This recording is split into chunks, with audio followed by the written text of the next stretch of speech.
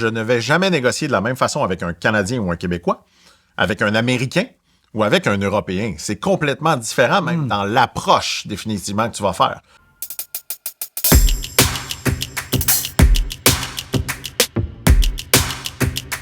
OK. Doom, en relation client, pour vendre, t'as eu des clients même internationaux. Comment tu fais pour négocier? Peux-tu nous donner tes astuces, tes trucs pour la négociation quand tu rencontres un client et tu veux vendre un produit pour pas te faire baiser les culottes, mais pour aussi que l'autre soit satisfait? Faire une bonne négo, c'est quoi pour toi? Bonne question. La négociation, je pense, c'est le nerf de la guerre, mais même, j'aime pas le mot négocier parce que ça sonne vraiment un contre l'autre. La réalité, c'est que le plus gros problème de la négociation, c'est l'ego.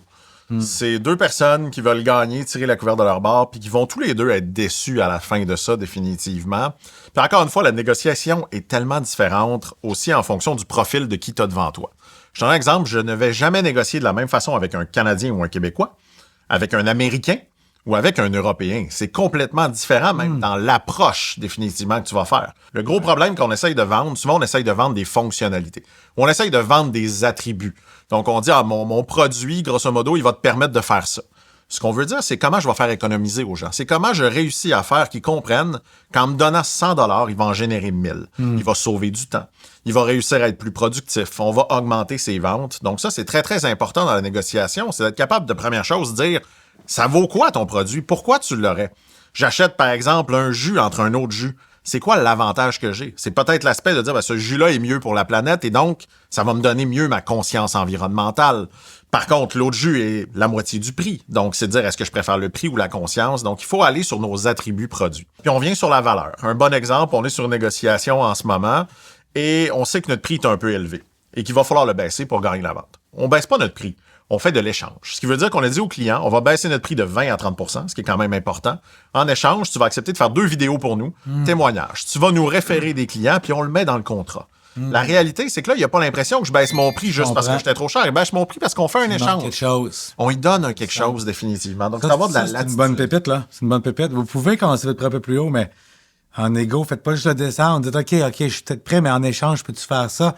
Comme ça, il y a un sentiment que tout le monde gagne. En fait. Exact. Et la négociation passe par de la transparence. Un des trucs que j'ai vu qui marche le mieux, mais qui n'est pas vu, c'est que souvent, on sent qu'on est dans un combat. C'est un contre l'autre.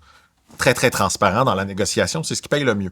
À un certain moment, si vous essayez de faire une entourloupette, vous essayez un peu de dire à la personne, gonflez votre prix parce qu'il ne sait pas. Moi, ça s'est toujours retourné contre moi. Je l'ai essayé. Parce que définitivement, on est au début, on apprend. Et on gonfle le prix, même si c'est trop plus cher qu'à ce qu'on... Il faut faire attention. Il faut vraiment faire attention à ça. C'est d'être extrêmement transparent. Fait que tu recommanderais pas de mettre ton prix plus haut, sachant que l'autre va le négocier à la baisse? Ça, c'est faux. Ces vieux trucs-là de dire monte ton prix puis les gens vont le négocier. On l'a fait dernièrement dans une proposition. Puis je l'ai vu, en fait, c'est que la personne a été insultée. Définitivement du prix qu'on a fait. Donc, il n'a même pas permis d'ouvrir la discussion. J'étais un peu fâché, mais je dis à mon vendeur, il nous a même pas laissé négocier. Ben, la réalité, il a vu le prix, puis il a dit, regarde, moi, à ce prix-là, j'ai aucun intérêt. Les vendeurs, les meilleurs vendeurs, les gens en négociation doivent accepter que 80% du temps, on me dit non. Mais c'est comment on rebondit de ces noms-là, comment on persévère aussi. Généralement, on va faire à peu près 8 tentatives avant d'abandonner un contact. Donc, on dit, si 8 fois la personne me dit non, c'est peut-être le moment de passer à d'autres choses. 8 fois? 8 fois. Fait que là, quand vous êtes dit non une fois, là, comme retournez-y, là, on sait jamais. C'est pas un vrai non. Puis ça revient à un enfant, tu sais, qui dit toujours non. L'important, c'est de comprendre, le premier non, c'est pas un vrai non. Le deuxième, c'est pas un vrai. Le troisième, tu commences à creuser pourquoi c'est un non. C'est à la fin que tu vas savoir le vrai truc. Puis les gens mentent continuellement. Donc la réalité, souvent, ils vont dire non, j'ai pas le budget. Non, c'est pas vraiment ça. Ouais. Faut aller creuser le pourquoi. Fait que si tu dis t'as pas le budget, puis tu lui dis mais OK, mais si je couperais mon prix de 50%, ouais, ben là, j'aurais peut-être besoin de l'approbation de quelqu'un. Puis là, tu finis par creuser que le vrai problème, c'est quoi? Puis c'est ça la négociation, c'est de la psychologie. Fait qu'improvisation, théâtre, mais aussi c'est de la psychologie humaine.